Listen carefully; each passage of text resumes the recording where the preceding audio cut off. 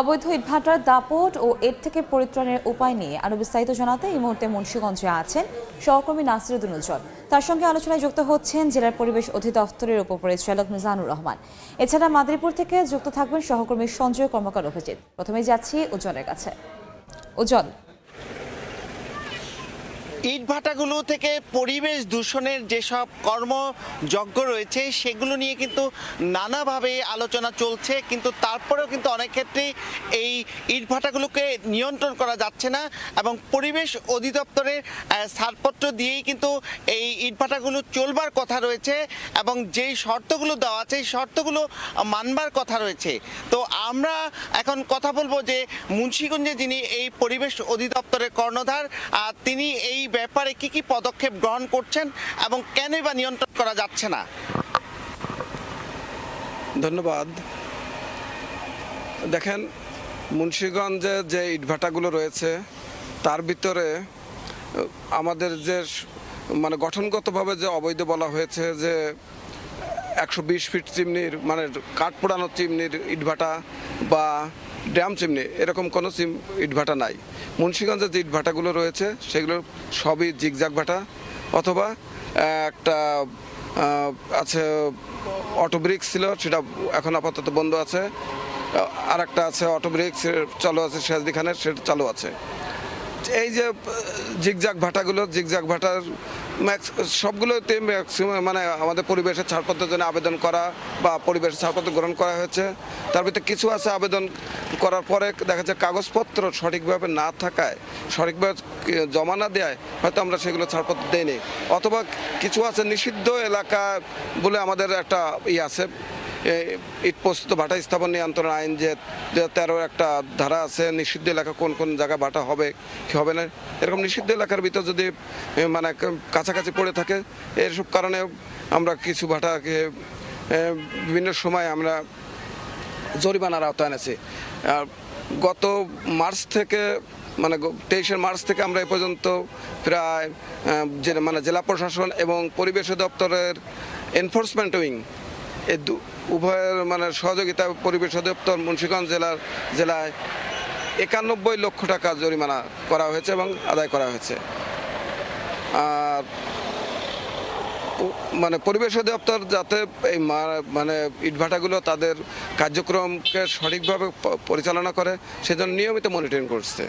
যদিও আমাদের এই যে ইটভাটাগুলো এখন আপনি বলছেন যে এরকম পদক্ষেপ নেওয়া হচ্ছে এবং তারপরে কেন নিয়ন্ত্রণ করা যাচ্ছে না, আর এই পরিবেশ সুরক্ষায় আপনার পরামর্শ কি? নিয়ন্ত্রণ করা যাচ্ছে না তা ঠিক না, নিয়ন্ত্রণ আমরা তাদেরকে বোঝাচ্ছি। তারা অনেকেই এখন তো অনেকটা নিয়ন্ত্রণের ভিতর আসার চেষ্টা করছে, জিগজাগ করে ফেলছে সব।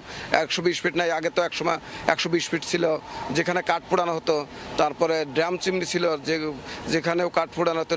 সেই চিমনির ভাটা বা ড্রাম চিমনির ভাটা বা 120 ফিটের কোনো ভাটা এখানে নাই, তাহলে এটা তো নিয়ন্ত্রণের একটা অংশ।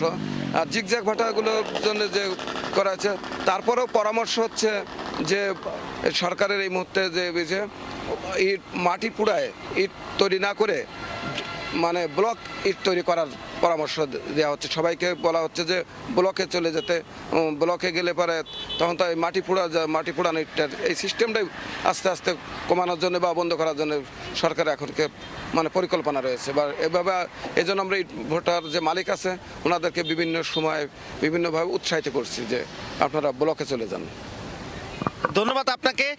তো মুন্সিগঞ্জের এই যে নদী বেষ্টিত এলাকা এবং বিশেষ করে ধলেশ্বরী নদী ঘিরে যে ইটভাটাগুলো গড়ে উঠেছে এবং সেখানে যে পরিবেশ অধিদপ্তরের ছাড়পত্র গ্রহণ করার পরে যে তারা শর্ত মানছে না, আবার অনেক ক্ষেত্রে যে পরিবেশ অধিদপ্তরের ছাড়পত্র ছাড়াই কিন্তু ইটভাটাগুলো গড়ে উঠেছে। একই সঙ্গে যে জেলা প্রশাসন থেকে বলা হয়েছে যে অবৈধ ইটভাটা রয়েছে এবং পরিবেশ আন্দোলন যে বাংলাদেশের পরিবেশ আন্দোলনে যারা রয়েছেন পরিবেশবাদী, তারাও কিন্তু নানা রকম অভিযোগ করছেন।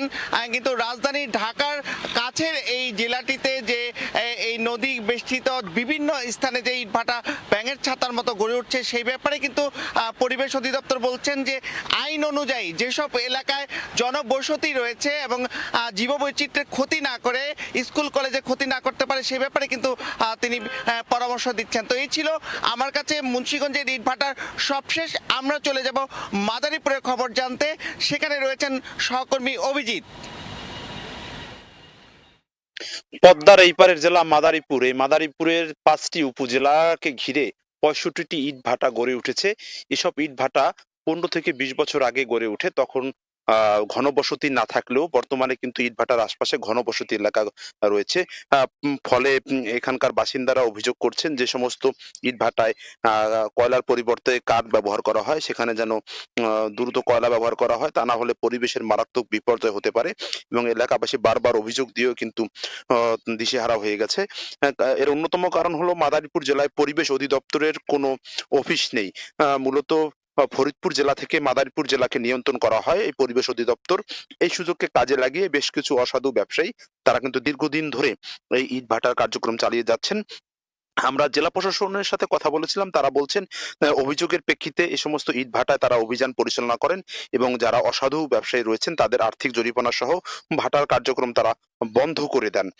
এছাড়া স্থানীয় বাসিন্দারা অভিযোগ করেছেন যে কৃষি জমি থেকে মাটি এনে এই ইট ভাটায় ব্যবহার করা হয়।